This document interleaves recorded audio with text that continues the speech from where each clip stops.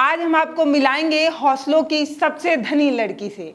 आज हम आपको मिलाएंगे एक टॉपर लड़की से जिसने पढ़ने के लिए मजदूरी करना शुरू कर दिया। मजदूरी करने को मजबूर इस लड़की की कहानी आपको बताएंगे। पढ़ाई ठीक से चल सके इसलिए सिर पर सीमेंट बालू रखकर मजदूरी करती है। चिलचिलाती धूप में सिर्फ इसलिए चलती रहती है ताकि उसकी पढ़ाई ठीक से चल सके। नमस्ते, मैं हूं पल्लवी और आप देख रहे हैं हमारा खास शो जिद है जिंदगी। अच्छा, ये लाइन तो आपने जरूर ही सुनी है ना कि मंजिल उन्हीं को मिलती है जिनके सपनों में जान होती है और पंखों से कुछ नहीं होता साहब, हौसलों से उड़ान होती है। सुना है ना ये लाइन? इस लाइन को सही से एक्सप्लेन करने की कोशिश करूंगी आज इस कहानी में। पूछिए कैसे, बताती हूँ। देखिए, पंख तो है ही नहीं ना इस लड़की के पास। इसके पास कहाँ कुछ है।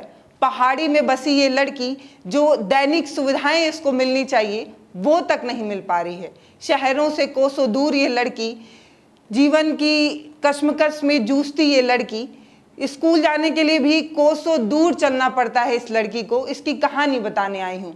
आर्थिक तंगी में जूझता परिवार और पिता की मजदूरी भी इतनी औसत कि परिवार को 2 जून की रोटी मिल जाए तो समझिए बड़ी बात हो जाए, दिन बन जाने जैसी बात हो जाए।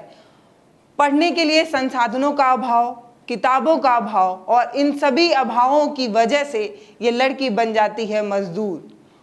तो अब आप मान ही रहे हैं ना इस लड़की की कहानी, जो संसाधनों के अभाव में बिना पंखों के ही लेकिन अपने हौसलों के दम पर कैसे बन जाती है जिला टॉपर। देखिए, परिस्थिति, माहौल, पंख ये सब कहने के लिए होता है। असली लड़ाई युद्ध के मैदान में जो लड़ी जाती है वो अपने हौसलों के दम पर लड़ी जाती है। आखिर कौन है ये लड़की जिसकी कहानी मैं इतनी देर से आपको बता रही हूँ? उड़ीसा के मलकानगिरी जिले की पहाड़ी इलाके में रहने वाली जनजाति बोंडा जनजाति में जन्मी एक लड़की कर्मा मुंडली। गरीबी और अभाव के बीच में जूझता एक परिवार। बेहद सामान्य सी लड़की जो 12वीं में 82.66% नंबर लाकर जिले की टॉपर बन जाती हैं और अखबार की सुर्खियां भी। ठीक 1 साल बाद आज फिर वो सुर्खियों में है। कारण कुछ और है। 1 साल पहले जब उन्होंने टॉप किया था तब वो सुर्खियों में थी। 1 साल बाद आज फिर वो सुर्खियों पे है। कारण है ये फोटो। इस चिलचिलाती धूप में दिहाड़ी मजदूर करती ये लड़की आपको नजर आ रही होगी। पूछे जाने पर कि आप जिला टॉपर हैं, आप ऐसा क्यों कर रही हैं, इस पर कर्मा कहती हैं कि कॉलेज की फीस बहुत अधिक है और आगे की पढ़ाई के लिए मुझे ऐसा करना पड़ रहा है। पिता दिहाड़ी मजदूर हैं, इनकी इनकम इतनी नहीं है कि वो मेरी शिक्षा का खर्च उठा सकें, इसलिए मुझे ऐसा करना पड़ रहा है। जिला टॉपर मजदूर बेटी की मजदूरी करते ये तस्वीर जब वायरल हुई तो लोगों ने इसे कई तरीकों से देखा। कई लोग कई तरीके की प्रतिक्रिया दे रहे थे। जिला टॉपर मजदूर बेटी की ये तस्वीर जब वायरल हुई तो तस्वीर में ये शर्माती नजर नहीं आती हैं बल्कि अपनी मजबूत इच्छा शक्ति से भरी नजर आती हैं। कर्मा बताती हैं कि 12वीं के बाद उनका दाखिला भुवनेश्वर के रमा देवी विश्वविद्यालय में हुआ। पढ़ाई का खर्चा बहुत अधिक है, जिसकी राशि 24,000 रुपये है, जिसमें से 12,000 रुपये तो सिर्फ हॉस्टल का खर्चा ही चला जाता है जो वार्षिक है। वो ये बताती हैं कि पढ़ाई में जो लागत लगती है उसे देना मेरे परिवार के लिए बहुत कठिन है। मेरा परिवार बहुत गरीब है, इसीलिए मैंने ये विकल्प चुना। मैंने दिहाड़ी मजदूरी करने के बारे में सोचा। मुझे लगता है कि अगर पैसा होगा तो मैं अपने सपनों को ज़रूर पूरा कर पाऊंगी। विश्वविद्यालय के बीते दिनों के बारे में जब उनसे पूछा जाता है तो बताती हैं कि विश्वविद्यालय में बहुत सारे अमीर परिवार की लड़कियां पढ़ने आती हैं, जिन्हें देखकर मुझे अक्सर लगता है कि मेरी ज़िंदगी, मेरी जीवन शैली ऐसी क्यों ना हो।